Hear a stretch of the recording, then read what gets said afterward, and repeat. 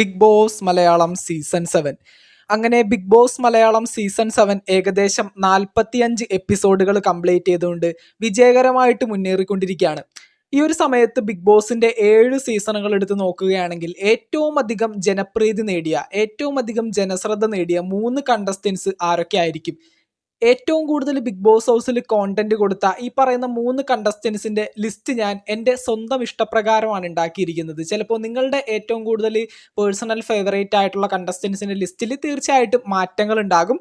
അങ്ങനെയുള്ളവരുണ്ടെങ്കിൽ തീർച്ചയായിട്ടും നിങ്ങളുടെ personal favourite ആയിട്ടുള്ള 3 കണ്ടസ്റ്റൻസ് ആരൊക്കെയാണെങ്കിലും തീർച്ചയായിട്ടും താഴെ കമന്റ് ബോക്സിൽ രേഖപ്പെടുത്തുക. അതുപോലെ തന്നെ ബിഗ് ബോസ് ബന്ധപ്പെട്ടുകൊണ്ട് പുതുപുത്തൻ വിശേഷങ്ങൾക്കായിട്ട് ചാനൽ ഇതുവരെ സബ്സ്ക്രൈബ് ചെയ്യാത്തവരാണെങ്കിൽ ഒന്ന് സബ്സ്ക്രൈബ് ചെയ്ത് സപ്പോർട്ട് കൂടി ചെയ്യാം.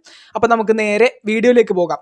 ഈ ഒരു വീഡിയോയിൽ നമ്മൾ സംസാരിക്കാൻ പോകുന്നത് ബിഗ് ബോസിന്റെ ഹിസ്റ്ററി എടുത്ത് നോക്കുകയാണെങ്കിൽ ഏകദേശം 7 സീസണുകൾ ഇപ്പോൾ ആയിട്ടുണ്ട്. 7ാമത്തെ സീസൺ 45 ഡേയ്സ് ഇപ്പോൾ കംപ്ലീറ്റ് ചെയ്തിട്ടുണ്ട്. ഈ ഒരു സാഹചര്യത്തിൽ ഏറ്റവും അധികം ജനപ്രീതി നേടി, ഏറ്റവും അധികം ബിഗ് ബോസ് ഹൗസിൽ കോണ്ടന്റ് കൊടുത്ത വ്യത്യസ്തരായിട്ടുള്ള 3 ഗെയിമേഴ്സ് ആരൊക്കെയാണെന്നാണ് നമ്മൾ ഈ ഒരു വീഡിയോയിലൂടെ നോക്കാനായിട്ട് പോകുന്നത്. അങ്ങനെ നമ്മുടെ ലിസ്റ്റിൽ ഞാൻ 3ാമത്തെ പേര് പറയുന്നത്, 3ൽ നിന്ന് നമുക്ക് 1ലേക്ക് പോകാം. നമ്മുടെ ലിസ്റ്റിൽ ഞാൻ 3ാമത്തെ പേര് ഡോക്ടർ റോബിൻ രാധാകൃഷ്ണനെ പറയും.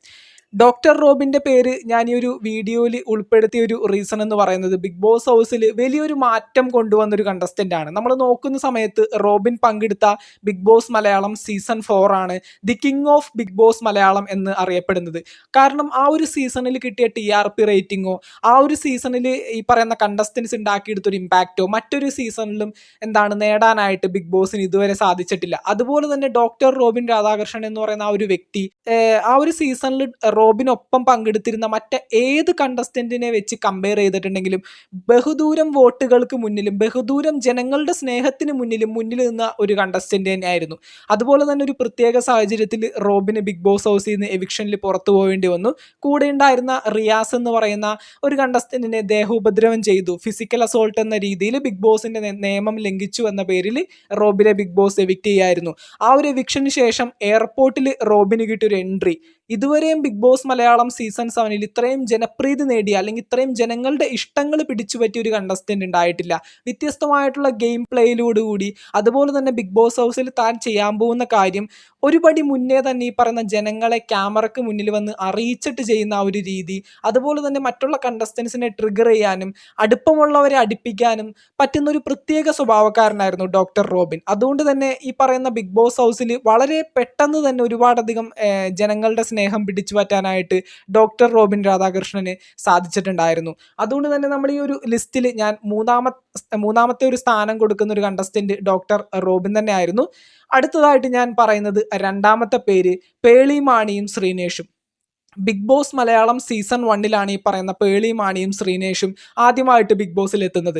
ഈ പറയുന്ന റിയാലിറ്റി ഷോ ബിഗ് ബോസ് എന്താണെന്നോ, അല്ലെങ്കിൽ ബിഗ് ബോസിൽ എങ്ങനെയാണ് ഗെയിമൊക്കെ ഉണ്ടാവുന്നതെന്നോ, ബിഗ് ബോസ് എങ്ങനെയാണ് കാണേണ്ടതെന്നോ ഇതൊന്നും അറിയാത്ത ജനങ്ങൾക്ക് മുന്നിൽ ആദ്യമായിട്ട് Bigg Boss Malayalam season 1 introduce ചെയ്യുന്നു. ആദ്യത്തെ എപ്പിസോഡുകൾക്കൊന്നും റേറ്റിംഗ് ഇല്ല. സീരിയലുകൾക്കിടയിൽ എന്തിനാണ് ഈ ഒരു ഷോ കൊണ്ടുവന്ന് വെച്ചത്, എന്തിന് കൊള്ളാം, ഫുൾ അടിയും ഇടിയും ചവിട്ടും തുപ്പും എന്നൊക്കെ പറഞ്ഞുകൊണ്ട്.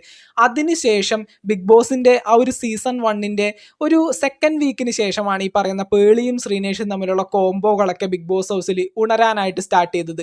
അത് പയ്യെ സോഷ്യൽ മീഡിയ ഏറ്റെടുക്കുകയും ആ സോഷ്യൽ മീഡിയയിലൂടെ ഈ പറയുന്ന വീഡിയോസും കാര്യങ്ങളൊക്കെ കാണുന്ന വ്യക്തികൾ വീണ്ടും ആ ഒരു എപ്പിസോഡ് കാണാനായിട്ട് ആഗ്രഹിക്കുകയും രാത്രി സമയങ്ങളിൽ 9:30 ഒരു എപ്പിസോഡുകൾ എത്തുന്ന സമയത്ത് സീരിയലുകൾ കാണുന്നതിനുൾപ്പെടെ ഈ പറയുന്ന എപ്പിസോഡ് കൂടി അതിൻ്റെ ഒപ്പം കാണാമെന്ന് വീട്ടമ്മമാരുൾപ്പെടെയുള്ള എല്ലാവരും ചിന്തിപ്പിക്കുകയും ഈ പറയുന്ന പേളിയുടെയും ശ്രീനേഷിൻ്റെയും പ്രേമം കാണാൻ വേണ്ടി മാത്രം എത്ര പേര് ആ ഒരു റിയാലിറ്റി ഷോ കാണുന്നവരുണ്ടെന്ന് ആ ഒരു സമയത്ത് നമുക്ക് അറിയാനായിട്ട് സാധിക്കും.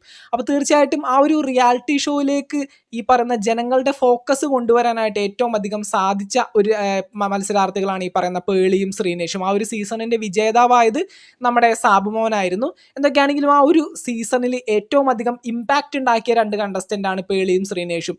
അതിനുശേഷം ബിഗ് ബോസ് ഹൗസിൽ ഉണ്ടായിരുന്ന പ്രേമം, പ്രണയം, ലവ് സ്ട്രാറ്റജി അതൊക്കെ റിയൽ ആണെന്നും ഈ പറയുന്ന എല്ലാവരുടെയും എല്ലാ കണ്ടസ്റ്റൻസിൻ്റെയും ഉള്ളിലുള്ള ഇമോഷൻസ് ഒക്കെ ഭയങ്കര റിയൽ ആണെന്നും അവർ സത്യസന്ധമായിട്ടാണ് ബിഗ് ബോസ് ഹൗസിൽ നിൽക്കുന്നതെന്നും ബിഗ് ബോസ് ഒരു സ്ക്രിപ്റ്റഡ് ആയിട്ടുള്ള റിയാലിറ്റി ഷോ അല്ലെന്നും ആദ്യമായിട്ട് പ്രൂവ് ചെയ്ത 2 മത്സരാർത്ഥികൾ കൂടിയാണ് ഈ പറയുന്ന പേളിയും ശ്രീനേഷും. അതുകൊണ്ട് തന്നെ നമ്മുടെ ലിസ്റ്റിൽ ഞാൻ 2ാമത്തെ പേര് കൊടുക്കുന്നത് പേളിക്കും ശ്രീനേഷിനുമാണ്.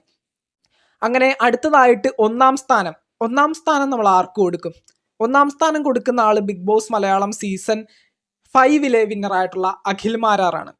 മറ്റൊന്നുമല്ല, ബിഗ് ബോസ് കണ്ടതിൽ വെച്ച് ഏറ്റവും വെറൈറ്റി ആയിട്ടുള്ള ഒരു ഗെയിം കാഴ്ചവെച്ച ഒരു കണ്ടസ്റ്റന്റ് ആയിരുന്നു ബിഗ് ബോസ് മലയാളം സീസൺ 5 വിന്നറായിട്ടുള്ള അഖിൽ മാരാർ.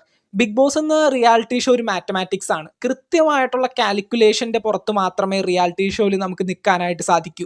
വളരെ കൃത്യമായിട്ട് കാൽക്കുലേറ്റ് ചെയ്ത് എവിടെ എങ്ങനെ കോണ്ടന്റ് കൊടുക്കണം, ആരെക്കൊണ്ട് എവിടെ കോണ്ടന്റ് കൊടുപ്പിച്ചാലാണ് ഇത് ബിഗ് ബോസ് എയർ ചെയ്യുന്നത്, അങ്ങനെയുള്ളൊരു ഭയങ്കരമായിട്ടുള്ള ബ്രില്യൻ്റ് ടാലന്റ് ഉണ്ടായിരുന്ന ഒരു വ്യക്തിയാണ് ഈ പറയുന്ന അഖിൽ മാരാർ. അതുകൊണ്ട് തന്നെ ആ ഒരു സീസൺ വളരെ ചുരുങ്ങിയ സമയം കൊണ്ട് തന്നെ ഈ പറയുന്ന ജനപ്രീതി നേടിയെടുക്കാനായിട്ട് അഖിൽ മാരാറിന് സാധിച്ചിട്ടുണ്ടായിരുന്നു.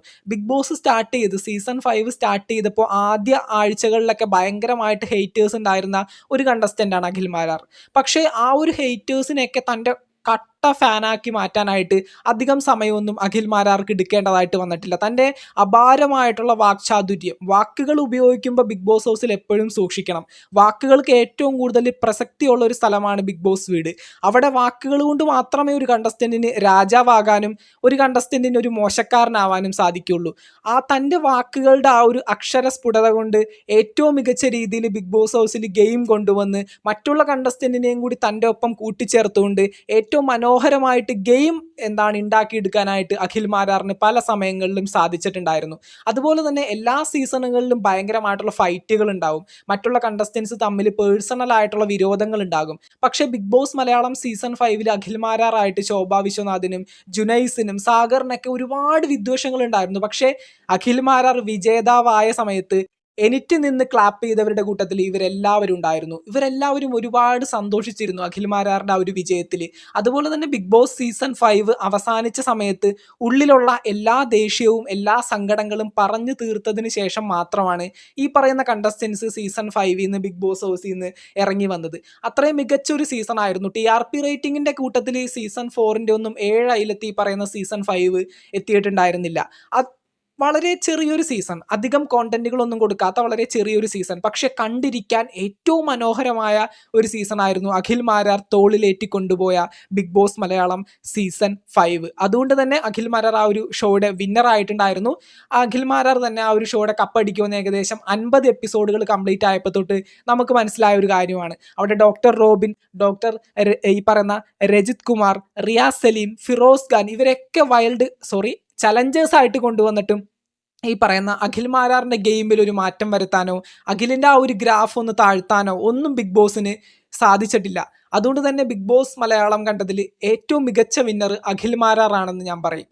അപ്പോൾ എന്തൊക്കെയാണെങ്കിലും നമ്മുടെ ഈ ഒരു വീഡിയോ എല്ലാവർക്കും ഇഷ്ടപ്പെട്ട് കാണുമെന്ന് വിചാരിക്കുന്നു. ഈ ഒരു വീഡിയോയിൽ നിങ്ങൾക്ക് എതിർപ്പുകൾ ഉണ്ടാവാം, കാരണം ജനങ്ങൾ ബിഗ് ബോസ് കാണുന്നത് അവരവരുടെ പെർസ്പെക്റ്റീവിലാണ്. അപ്പോൾ തീർച്ചയായിട്ടും നിങ്ങളുടെ മനസ്സിൽ നിങ്ങളുടെ ടോപ്പ് 3 മറ്റുള്ള കണ്ടസ്റ്റൻസ് ഒക്കെ ആയിരിക്കും.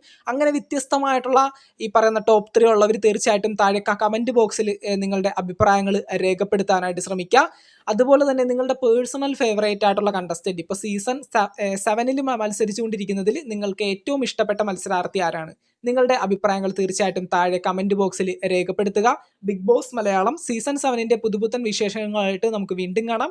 ചാനൽ ഇതുവരെ സബ്സ്ക്രൈബ് ചെയ്യാത്തവരാണെങ്കിൽ ഒന്ന് സബ്സ്ക്രൈബ് ചെയ്ത് സപ്പോർട്ട് ചെയ്യുക. വീഡിയോ ലൈക്ക് ചെയ്താണെന്നവർ ഒന്ന് ലൈക്കും കൂടി ചെയ്തേക്കുക. താങ്ക്